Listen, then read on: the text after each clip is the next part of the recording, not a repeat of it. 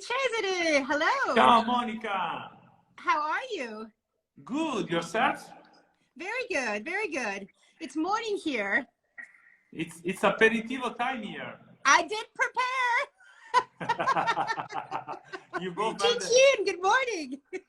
have a good breakfast, you know? So, Cesare, it's fantastic to be able to speak with you. I'm very excited. Let's just start off with a little bit of how are you? How are you doing? How have you been going through these last these horrible months? What's been going on? Fortunately, we are fine in our family at Pio Cesare. We are all fine. We spend this quarantine, close at home, eating and drinking, but very worried at the same time.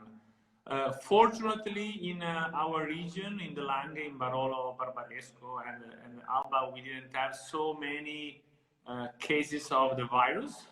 So, but we have been always very worried, and the people really here behave. So they really have respected the law, and many people stay at home. Yeah, so it's what really about amazing. Yourself? What about yourself? Well, I'm here in the United States, and we kept looking at the newspapers to see how well, the curve is dropped in Italy. And of course, our curve is not dropping. It's going up in states like mine here in California. So there's still a lot of reason to worry, but hopefully we'll get out of this quickly enough. It's been a strange year, isn't it? Yes, we hope for the best, because we deserve to go back to a normal life. So speaking of normal life, and speaking of some of the beauty of normal life, let's talk about Nebbiolo Barbaresco in Barolo and the other beautiful wines that you make at Pio Cesare. First of all, I wanted to ask you, I'm always fascinated by Pio Cesare because it's one of the only wineries in an urban context, in the center of Alba. Everywhere you go in the Langhe, if you go to Verduno, if you go to the town of Barolo or Serralunga d'Alba, there are little wineries in the villages, in the towns. But your position in Alba is kind of unique because you share this kind of urban and rural identity, a city life and constant contact with your vineyards. And I'm just wondering if you could give us a little bit of history of Pio Cesare, why it's in Alba. And I know that you have beautiful historic cellars. If you could give us a little bit of history of those cellars. Okay. First of all, on behalf of all of my family, we are very proud to be invited to this beautiful live tasting and live chat. We are salute. We are the only winery in the historical center of Alba, because Pio Cesare, that is not a fantasy name, but is the name of our great grandfather. Cesare as first name, Pio as a family name, started and founded the winery almost 140 years ago, because he founded the winery in 1881. So next year we will celebrate 140 years of history. And he started here in the center of Alba, which is the capital of the Langhe. We are surrounded by Barolo and Barbaresco. You have asked me to speak about Barolo and Barbaresco in general, but we need 2 or 3 hours to do that, Monica? At least. And we are in the center of Alba. You asked me what is our sensation here, and our sensation is beautiful because we are the only winery still in the center of Alba. When Pio Cesare started a long time ago, there were 4 or 5 wineries in this area, and the only winery, only Pio Cesare in the center of Alba. So we are here after so long time and so many vintages. And this is not our cellar, this is our home. And we take this opportunity to invite you and to invite all the people who are following us right now to come and visit as soon as there will be the possibility to come back to Italy.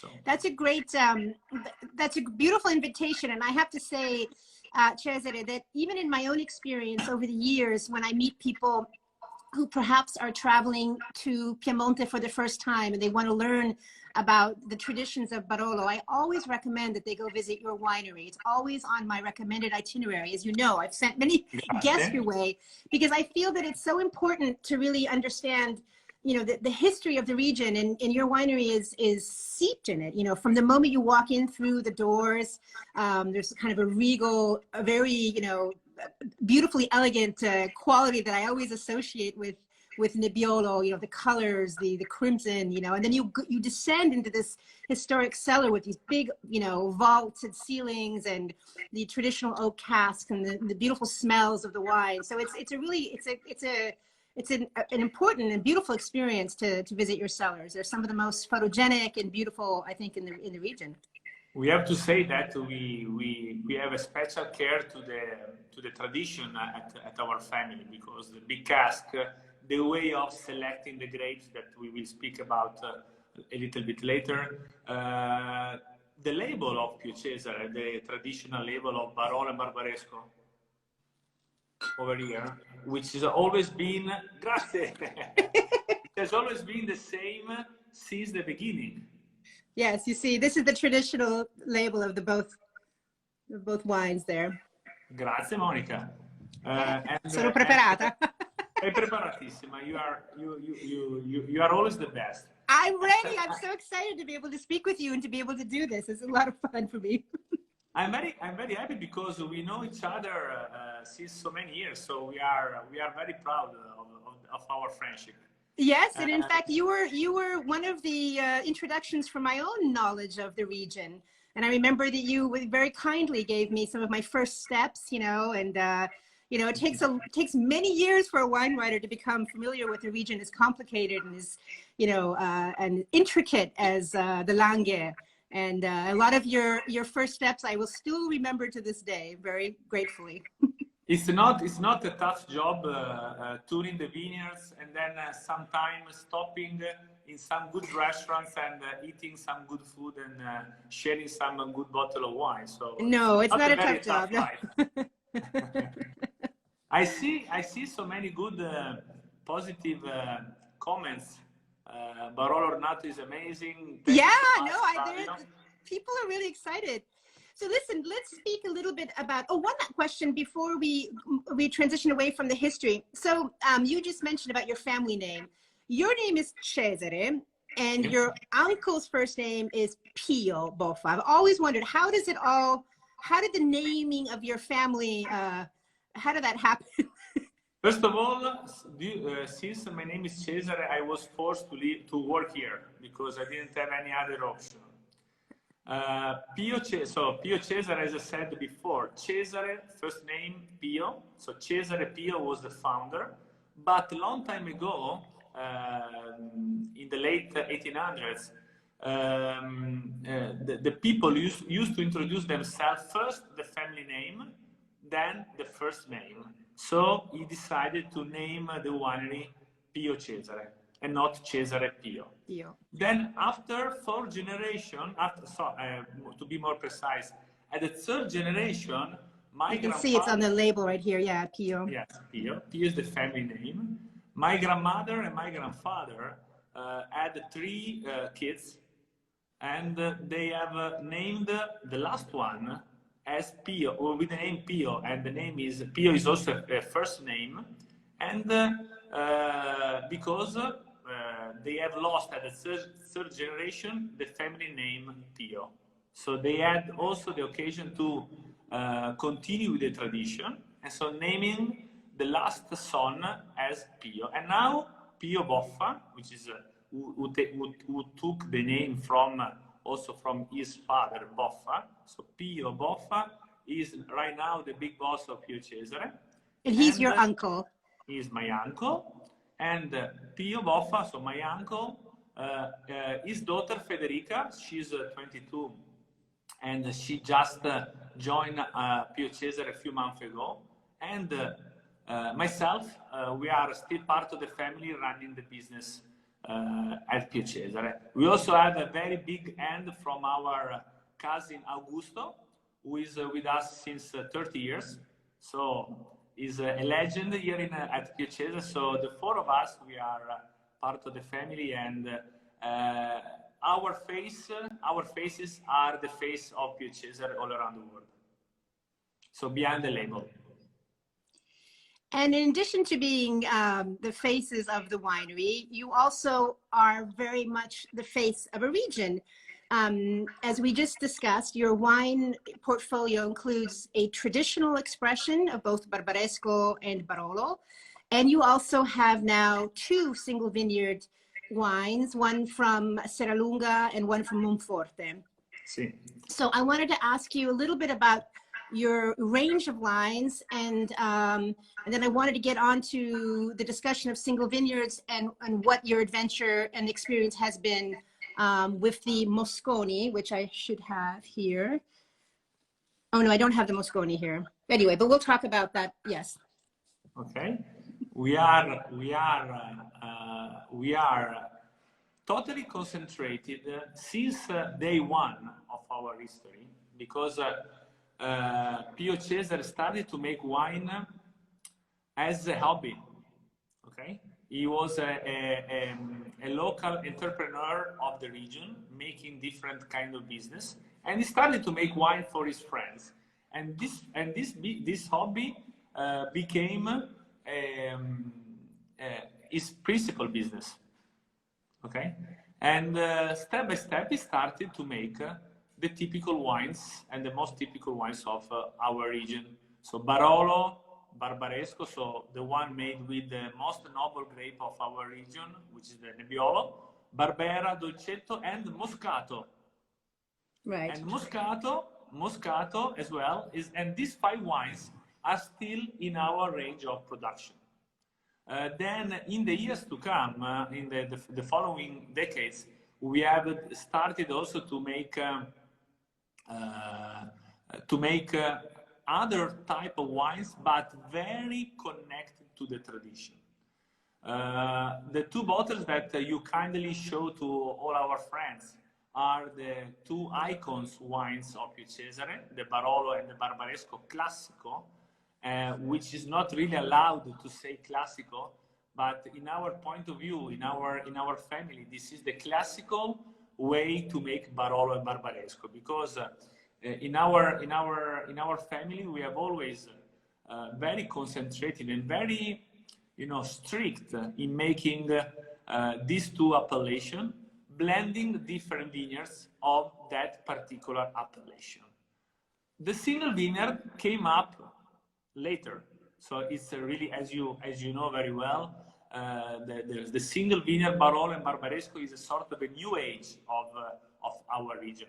But our region started to make Barolo and Barbaresco 150 years ago. The Barolo and Barbaresco single vineyard started this very big trend around 35 years ago. So in the classic, because in English you can say classic instead of classico, or the traditional Barolo. Traditional. Yes. How many? So the 150 years ago, the idea is that fruit was sourced, drawn from different parcels around the region, and blended to create the classico Barolo, and that every vintner had choice of different sites so that their signature wine would show their own personality based on the sites that they chose to blend and the percentages and what fruit they had available to them.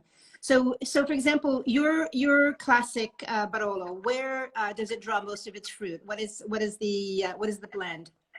Okay, we have always had a big passion for a particular village in the Barolo region called Serralunga d'Alba.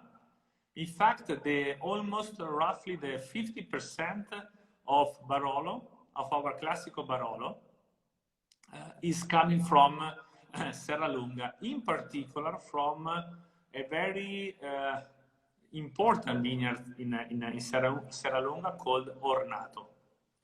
So 50% from Serralunga. Serralunga is very well known in the Barolo, within the Barolo region, because the Barolo coming from Serralunga have a very big depth, very good structure, and an amazing longevity.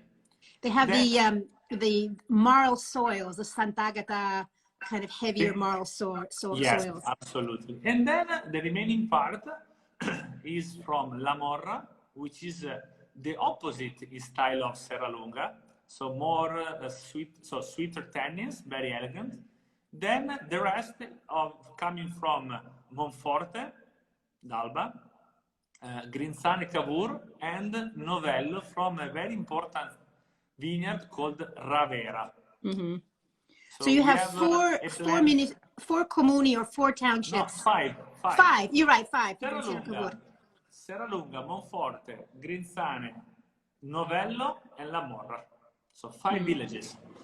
And with this philosophy, we have always tried to have a complete picture on the entire region of Barolo. Monica, this is the Mosconi. Oh, there you go. Perfect. Thank you.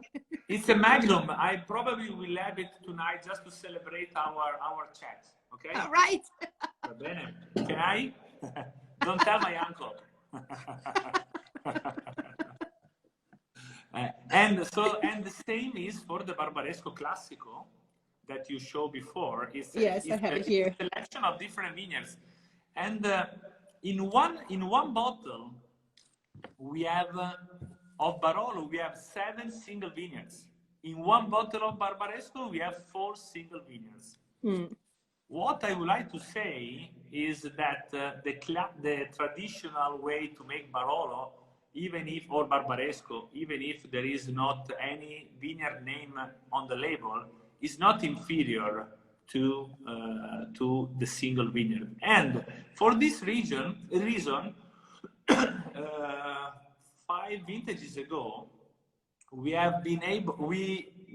decided to write at the bottom a sort of a provocation called "Please don't call it regular." Right. Okay. Because many people in our business. I don't know if you can see it here. Yeah, it says here. Please don't call it. Which is a sort of a funny provocation. And this funny provocation is due because many people in the business, in the industry, they used to call our Barolo Barbaresco the regular Barolo or the regular Barbaresco, which we totally hate this definition, because Barolo or Barbaresco are never regular or normale, as many people say in Italy. It's a very big sacrifice that our family is making since ever. We select the grape from these vineyards very carefully. We have a maniacal selection of the grape from these vineyards, and we ferment this grape from different vineyards together since the beginning. It's not a wine made in the laboratory. It's a wine born from the beginning all together. So this is very, very important and fundamental for the philosophy of our family. I'm talking a lot. I'm sorry. I hope you're welcome. If anybody has any questions, here you go. Bravo, Cesare. Why the Barolo is never regular. If anybody has any questions, you're welcome to post them, and we'll try to answer all of them or as many as we can. I mean, for me, the problem itself, because I use the word classic in English when I write my reviews, and I think it gets the message across. So, regular doesn't show the importance of the wine. So from going from the classic approach, you bought, I think, 10 hectares in Mosconi, about Hey, can you say, because the line was not the best? Sorry. Oh, no, I was saying, so going from the classic discussion, let's talk about the single vineyard Barolos, and Sì. specifically about the land that you purchased in Moscone, that was just Sì. a few years ago. And if I believe it was about 10 hectares. 10 hectares. Yes. We have been able to acquire these 10 hectares in Moscone at the end of the vintage 2014. So from 2015, we started to make Barolo single vineyard Moscone, but also we have been able to make to add to our classical, to our traditional Barolo, a part of Monforte that was the last commune that we were really looking forward to add to this blend, because Monforte is another incredible village in the Barolo region, which is adding to the already existing blend a great personality. It was a very difficult negotiation. By the way, right now we have planted in we are planting in this single vineyard, in this vineyard, 3 different grapes. So the Nebbiolo for the classic, a part of the classic Barolo, and Right, yeah. Brava, Nebbiolo, and the single vineyard Barolo Mosconi, and we have Barbera and Chardonnay. So it's really a very important single vineyard with a very important name. Grazie. Grazie. And Mosconi by far is a very important single vineyard name and vineyard name among the top vineyards in all the area of the entire area of Barolo. How would you, what would you characterize Monforte and Moscone to be different as? What is the character specifically that you think makes it different? We make another single vineyard called Barolo Ornato since long time, as you well know. And Moscone in Monforte is right at the border between Serralunga and Monforte, Okay. And the distance between these 2 vineyards is no more than 500 meters. So very, very close. 2 totally different expressions of Barolo. So Barolo Ornato is really the very austere expression of Serralunga, very depth, very shy at the beginning, especially when it's young.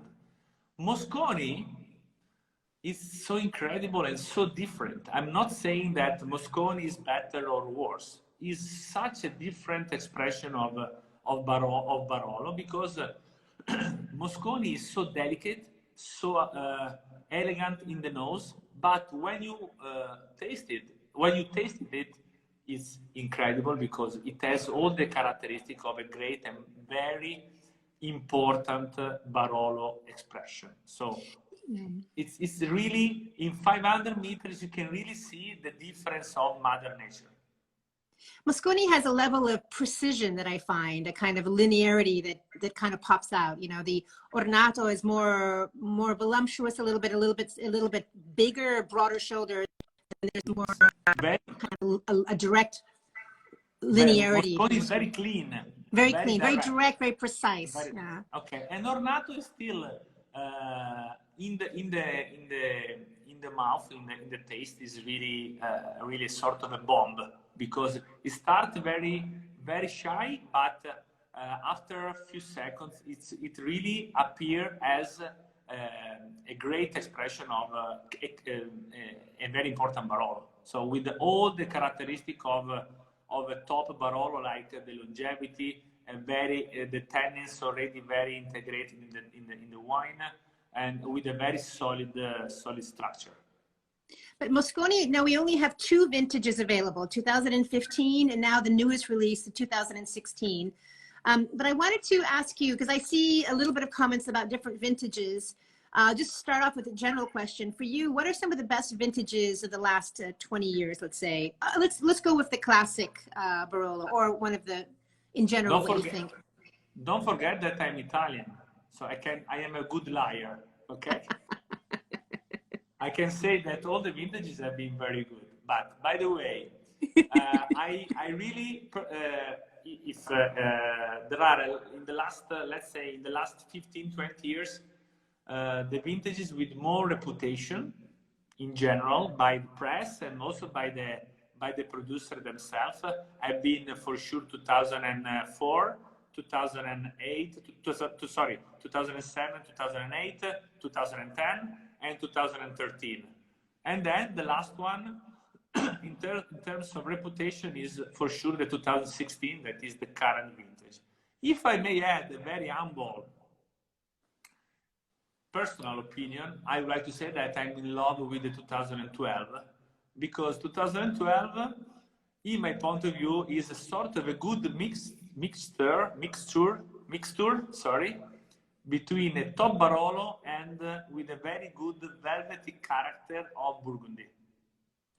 I've always been a big fan of 2012, even if it's not a vintage with a big reputation. I remember when I tasted the 2012, and I remember I came away from my tasting feeling, that it was hard to give a character to the wines. I mean, in the difference with 16 is that they are just so bright. I just finished my tasting. I got more than 900 samples here in California for my big Barolo report that will be published very shortly. So I'm very excited about it. But it's been a terrific tasting. The wines are so bright and alive, and there's so much energy in the 16. It's been really incredible. I mean, I call it the lockdown vintage, obviously, because I tasted under lockdown, and these wines have gone into the market in difficult circumstances under lockdown. But there is a beauty in that too, because these vintages, this 2016 will lock down in your cellar for many years to go. These are built for the long haul. No rush. Sorry, Monica, can I say something? Because there is a friend of mine, Frank Grassman, right now writing. He's our friend, but he lives in Phuket, not a bad place. He's the general manager of a top resort in Phuket, so I would like to say hello to Frank as well. It's very late at night for him, so between 2010 and 2016, which one you think is the better? Do you prefer mom or dad? 2010 and 2016, I believe they are very similar in characteristic, because they are both very, very classical vintages, with very, very shy, so they need a little bit of time to show off. But I believe right now I prefer 2010 because it simply has 6 more years in the bottle. Of course, yeah. They both, they're similar in that you get this immediate sense of power. Because I remember also when I tasted the 10s, right out of the gate for my report back then, and I was struck again by that sense of power and longevity. And you get the same thing with the 16. You keep thinking what will happen, what will come. The acidities are very balanced, and the tannic management, has been across the board really quite beautiful. I mean, it's been there's that firmness there, that kind of crunch there in the wine that keeps it in the palate. And we'll keep it for the long haul. But it's been a beautiful tasting. I saw a question. Somebody has a magnum of the 2011 Ornato. They wanted to know when they should drink it. 2011 magnum. Tonight. Good answer. So tomorrow you go to buy another magnum of Ornato. So we need to sell. No, by the way, sorry if I joke sometimes, but 2011 is a sort of in our point of view, as far as is our Barolo, so and Barolo Ornato is a vintage with a very big intensity. So 2011 is a sort of a blend between 2010, very classical, and 2012, which is more approachable. So it's right between the two vintages. So I believe 2011 Ornato could last for many years as well. But recently I had a taste from a bottle of 2011 Ornato, and it was really already incredible. So it's up to Roy, yes, his name, to decide when is the best time for him. Right. Yeah, there's a greater range, maybe more of a, yeah, it's a wine that could perhaps go into a medium term drinking and also long term, the 11. No. Yeah. There's an accessible side to the 11, but you know, Magnum is different, so. Yes, in fact, I will have a Magnum of Mosconi tonight, so that's because I have this sample. So it's Thursday night, so Ready to go. So listen, so we talked a little bit about the 16 vintage. Can you give us a little bit of background about the 15 and the 17 and maybe looking forward to 18 and 19, just a quick recap? Okay. Let's say we can say that 2015 and 2016 are quite similar vintage, with 2016, which is, in our point of view, a vintage with a little bit of more pulp, more structure compared to 2015. We have, we can say that 2015 and 2016 are really considered two top vintages in the Barolo and the Barbaresco region. So if you have the chance of buying some bottles of Barolo and Barbaresco 15 and 16, please don't be afraid and put them aside. But they have a double face because you can really enjoy them also very young. 2017 was quite a slightly more difficult vintage because the summer in 2017 was quite hot. We had a very warm temperature during the summer. We didn't have a lot of rain, but at the end of the summer, the end of August and in early September, we had quite a good but positive quantity of rain, which allow us to recuperate a little bit of water inside for the land, for the soil of Barolo and Barbaresco. The acidity is much lower in 2017, but with a very big structure. Then 2018 and 2019 are again very similar to 2015 and 2016. We have this duo, so 15, 16, and 18 and 19, from which we are expecting top vintages and a great quality. But we don't like to say at a very high volume because in Italy we are very superstitious, and they are resting in our cask, in our cellar, and we are continuing to control the quality of these vintages periodically, together with our team of cellar master and winemakers, and also the agronomist, and we are always on top of the quality of all our single wines for every single cask. You know, one of the things that's becoming, every time I do my report, an important kind of consideration is, you know, bad weather that sometimes hits in the region of the Langhe, and there are kind of corridors of hail that tend to hit the same parcels and the same vineyards, you know, every 3 years or 4 years. And, yes. And unfortunately, this phenomenon is becoming more common.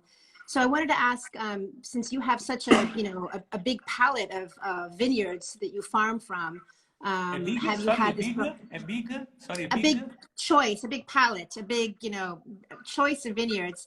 Have you been having problems with the hail? With the hail, we didn't have problem this year. We had the problem, as you said, sporadically every 3-4 years there is a quite intense hailstorm. But as our great-grandfather taught us, we own now 75 hectares, not acres, hectares of vineyards, exclusively planted in Barolo and Barbaresco region. And these 75 hectares are spread around 16, 17 different sites. So in case of a hailstorm, we we hope that we don't have hailstorm in all the 17 sites. So otherwise it would be a disaster for all Piemontese producer. So, but we try to preserve our vineyards. We have put some net as well to protect the grape from this unfortunate hailstorm. And you know what Mother Nature decide is we cannot do anything, you know. But if you allow me, Monica, to speak about our vineyards, because many people don't know that Pio Cesare owns such a good amount of vineyards inside the Barolo and Barbaresco. For people who are not very familiar with our region is very, very small. We make the production of Barolo and Barbaresco in total is very, very limited. So the total production is not able to supply the world demand. So, and because the Nebbiolo have found the perfect location in the southern part of Piemonte, and only the Nebbiolo coming from our hills and our communes could have this very unique touch and character. We own 75 hectares in different vineyards, in different villages of Barolo and Barbaresco, and we have been able to reach 75 hectares in 50 years. So it was a very long street, because Pio Cesare has all the producer of our region until the 60s, the 70s. We used to buy the grapes from the local farmer.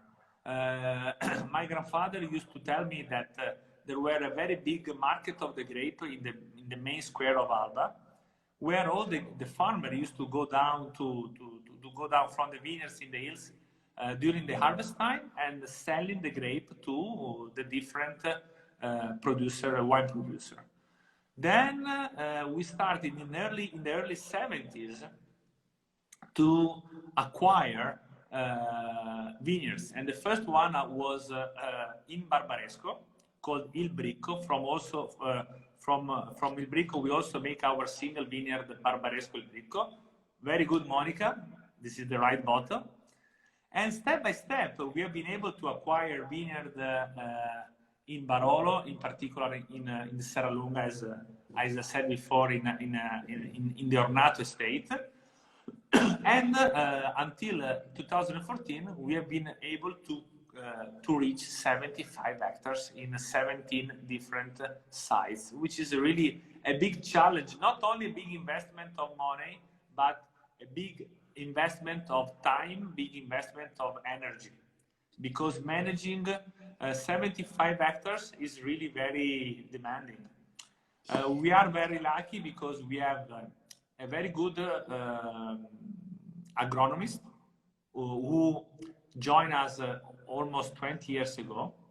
And together with this team of 15 people, so we have 15 people working every day our vineyards, we have been able to treat our vineyards in a very good way. We don't have a temporary worker, for example, for the harvest, because we are very jealous about our vineyards.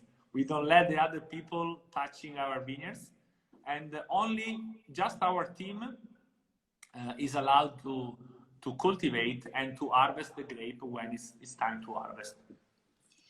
So Cesare, I saw two questions that passed up, and the first one I'll ask you both, and then you can answer them both.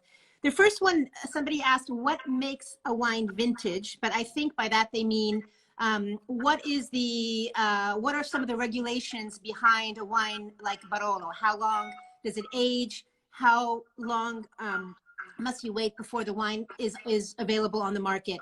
And the second question I saw, somebody asked about your farming practices, whether or not you have a sustainable or organic regime. And specifically, they were asking about sulfites, the use of sulfites in the wines, and if there are certain regulations that govern the use of sulfites. Allora, what make the wine vintage is a sort of combination between, now in particular Barolo Barbaresco have a very nice and very important reputation. Because not only Pio Cesare, but many other, Pio Cesare together with many other top producers of our region, we have worked very well. So we traveled the world, and we have been able to explain the characteristic of Nebbiolo all around the world. So a wine vintage is made by a combination of the weather, the taste, and also people like Monica, for example, who is a big influencer in the wine business. The opinion of people like Monica could help a vintage to be more important than other vintages. Even if I say that in our philosophy has always been very oriented not to the vintage. I'm talking about Pio Cesare because we try to play with a very good consistency year after year. Because the top vintages are top vintages. But when I would like to be, I'm a very curious person, and when I would like to try something very particular, I would like to taste a Barolo from not a top vintages. No? For example, in my point of view, one of my best experience in my life, personal experience, was a Barolo from 2003 that was a super hot vintage, but this Barolo was really incredible. And which Barolo was it? I can say. I can say. It was two Barolo. One was our Ornato 2003, and then the other one was Barolo from Pira, Serralunga. Yes. Oh, that's funny. We are neighbor. Look at. Monica, we didn't talk about this before, eh? It's I know. Really... It's just when I pulled up the bottles, I brought the bottles from my cellar to come here. By mistake, I brought them here. And then total coincidence. Second question, very serious question about the organic or sustainable practices in Pio Cesare. We have always the way of growing our vineyards and our grape can be considered as an integrated kind of viticulture, which is something between the traditional viticulture and the biodynamic, biological, or any other bio kind of practices. We have never used this kind of, we have never used it as a marketing tool, because especially from when our agronomist Claudio joined the company 20 years ago, we have always implemented these green practices.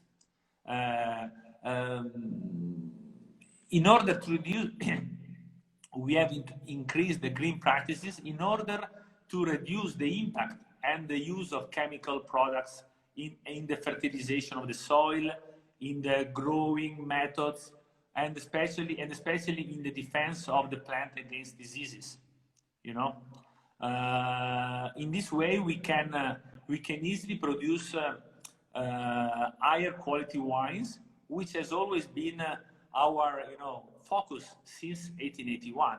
We truly believe that there is a great similarity between the human body, and the vineyards especially now during the coronavirus crisis. If you have a healthy body, and so full of strength, as well as a full and a very healthy vineyards, you have better possibilities of surviving or not even developing the symptoms of the disease. And we have an extremely maniacal care of our vineyards. We do not employ seasonal workers, as I said, because we like to say that all our employees in the vineyards can take care of our vineyards. No. So there's a The third question question was oh, sulfites. Sulfites. We do have a little sulfite. I would say we add a little sulfites in our wines, but very, very small, very, very little. There's another question that we have a great fan named Giuseppe. He asks, and I see the question repeated, what are a few of the wines that influenced you, Cesare, in your journey as a wine lover? Either other Barolos, other wines, or Barbarescos, or from other parts of the world? In my life, so I born and raised here. So who influenced me was my grandfather, and also my uncle, I have to say, because I am a very lucky person. They didn't force me to make this business, because we have always had the occasion of drinking top quality wines since when I was a kid. Okay.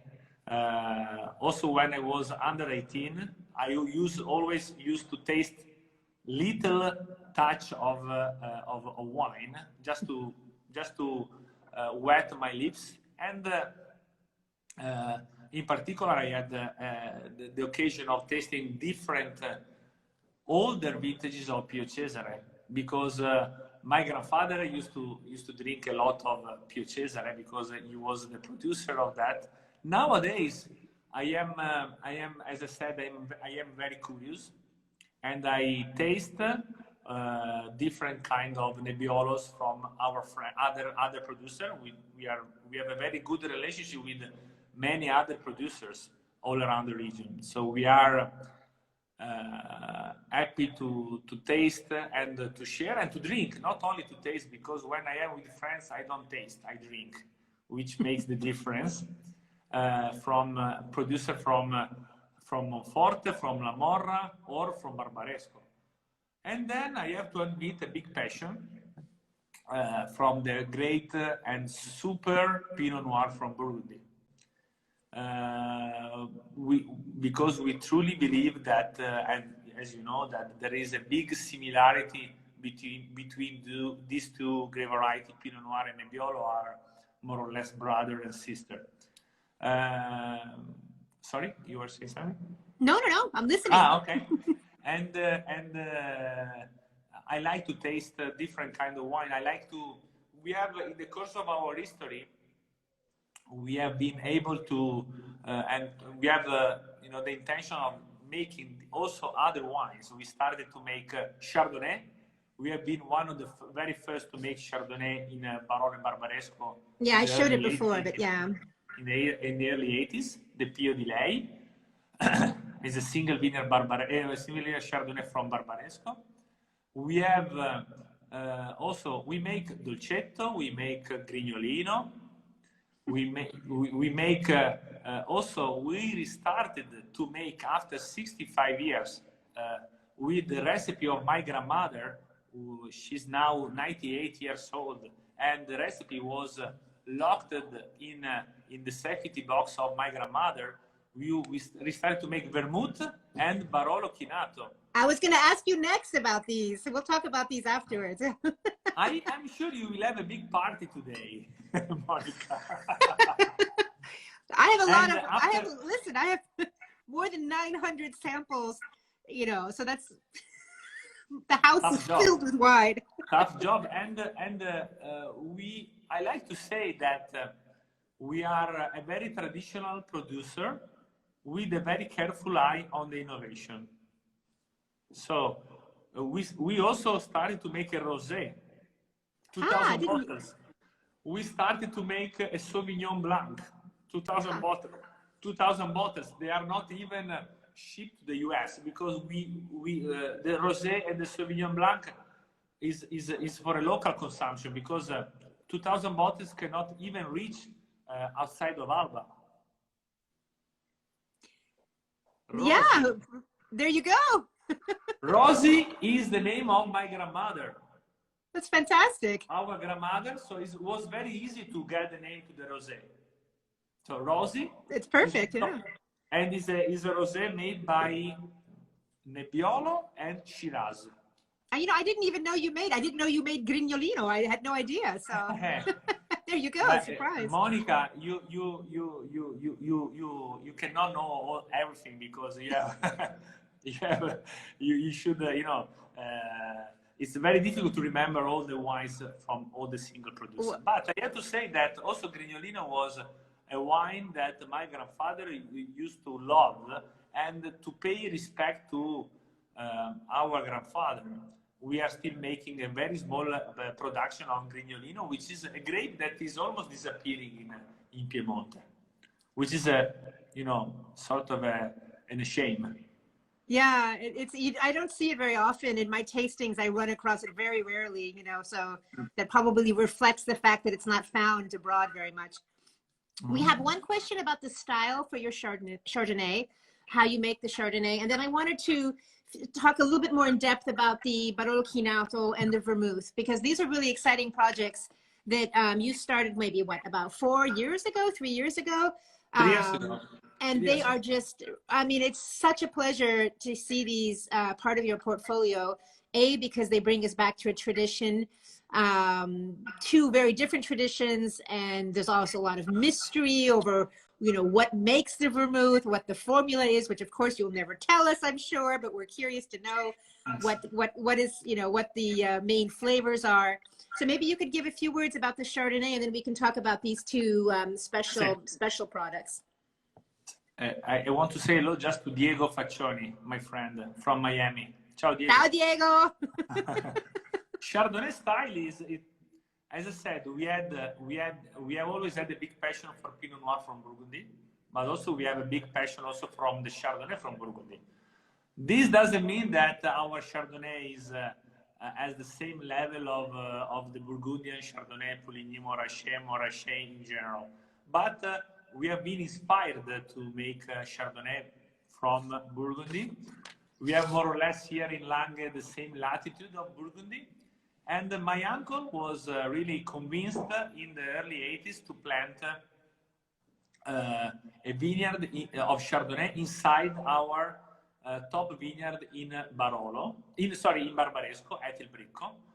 The problem for him was to convince his father, my grandfather.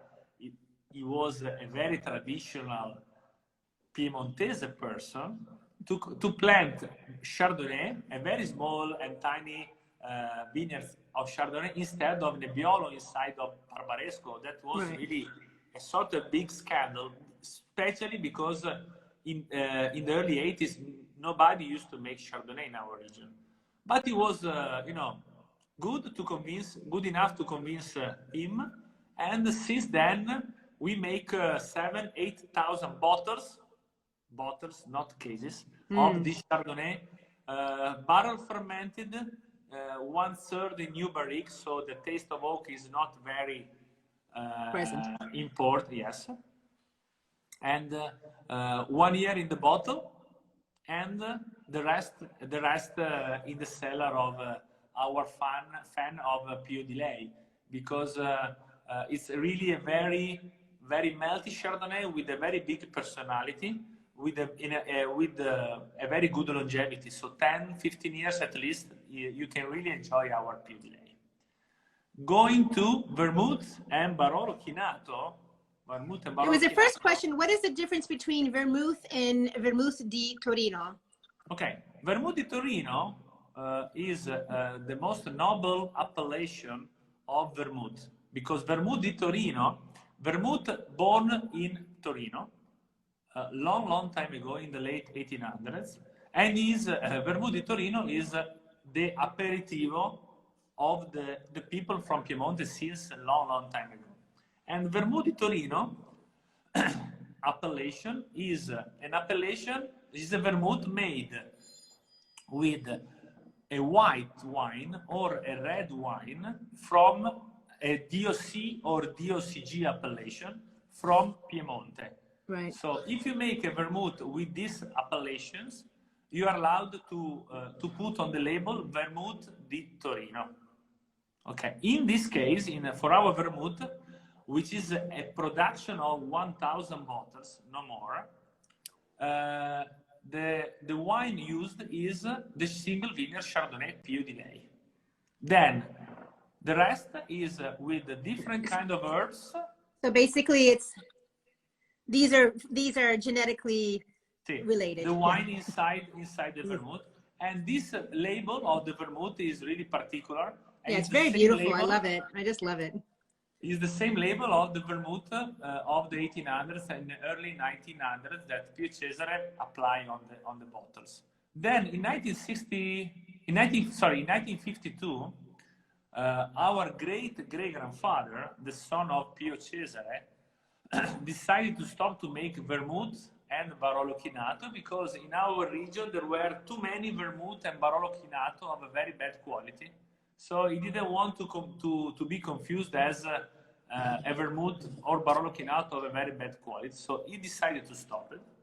Then 3 years ago, when my cousin Federica, so Pio's daughter, decided to join the business and join the company, the winery, we want to celebrate this our happiness for Federica, and we decided to all together to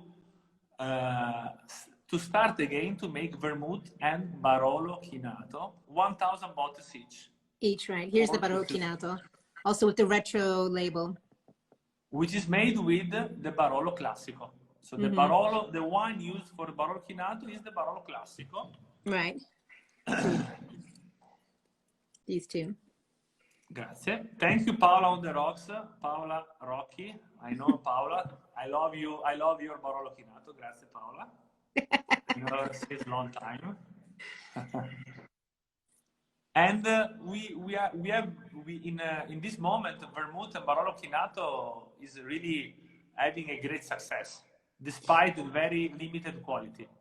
So above the base wine, you know, the classic Barolo or the Chardonnay, and then what is the wine? What is the process after that? What happens next to get all the specific flavors?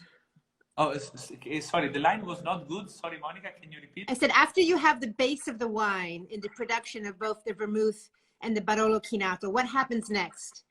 Next, that they are macerated together with different herbs. So the vermouth have their herbs, and the Barolo Chinato in particular the quinine in English. Chinato. China is quinine in Italian. Macerated for 4 to 5 months altogether, and this is the result. It's a really super premium vermouth and super premium Barolo Chinato that you could really enjoy. Vermouth you can really enjoy as an aperitivo, okay? And the Barolo Chinato as a meditation wine at the end of your meal. At the end of the meal. Yes, slightly chilled, not too much, but slightly chilled. You could really enjoy them both with a lemon zest or an orange zest. If you want to make cocktail, please help yourself, which I love cocktail right now. After when we started to make vermouth and Chinato, really, I started with my passion of cocktail, but our proposal is to enjoy these two, I would say, by themselves. Sorry, my English, you know, is not. It's perfect. It's perfect. Okay. After I see a lot of people from all around the world. If you drink Barolo or Barbaresco, you can easily speak Italian. Okay.